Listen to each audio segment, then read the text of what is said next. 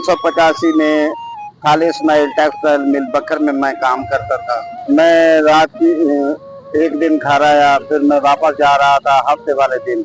रात को ट्रेन से उतरे तो वहाँ रात 10 बजे कोई अल्लाह का बंदा बांसुरी बजा रहा था। मैंने जब उसकी आवाज़ सुनी तो मैं वहीं रुक गया। मेरे जहन में कोई और बात नहीं थी, बस मैं उसी मस्ती में मस्त। सुबह मैं बाजार गया, वहां से एक बांसुरी लाए 6-7 रुपए की, और 2 दिन बजाई। तीसरे दिन वो साथ जो मकान में रहते थे उन्होंने तोड़ दी और मेरी पिटाई भी की, और एक एक आंख में 2-2 आंसू गिरते थे। मेरे अब्बू मुझे कहते थे भाई तू काम करो, मैं अब्बू को कहता था कि मुझे बांसुरी ला के दो। वो फिर बाजार है, यहाँ से 10 रुपए की बांसुरी लेके गए। फिर मैं जो देर काम करता था, फिर सारा दिन वो बांसुरी, काम के वक्त काम, जब मैं फारिग होता था वो बांसुरी मैं बजाता था। 1987 में मैं इधर आ गया।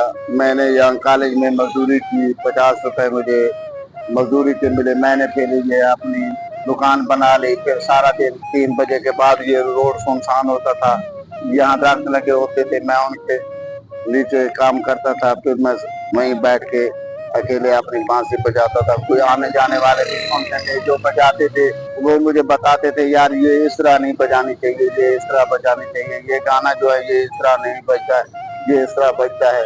जैसे कोई प्रॉपर उस्ताद होता है इस तरह नहीं। ना मैं किसी अकेडमी में गया हूँ, ना किसी मुस्तकिल जगह बैठ के ये किसी उस्ताद के पास आदमी बैठ के सीखता रहता है, नहीं।